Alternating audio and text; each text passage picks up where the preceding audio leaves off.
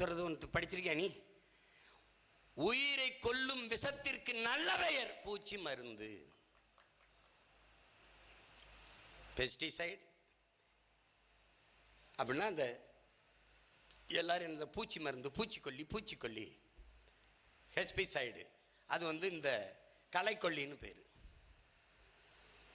பூச்சிக்கொல்லி அது ஸ்வீடன்ல இருந்து ஒரு பயணக்குழு வந்திருக்குது. அதில் ரூத்துன்னு ஒரு பெண்மணி, ஒரு அம்மா. அந்த அம்மா அப்பாட்ட கேள்வி கேட்குது, நம்மால்வார் நம்ம எல்லாம் பொய் சொல்லிக்கிட்டு இருக்கோம் அப்படின்னு. என்ன பொய் சொல்கிறோம்?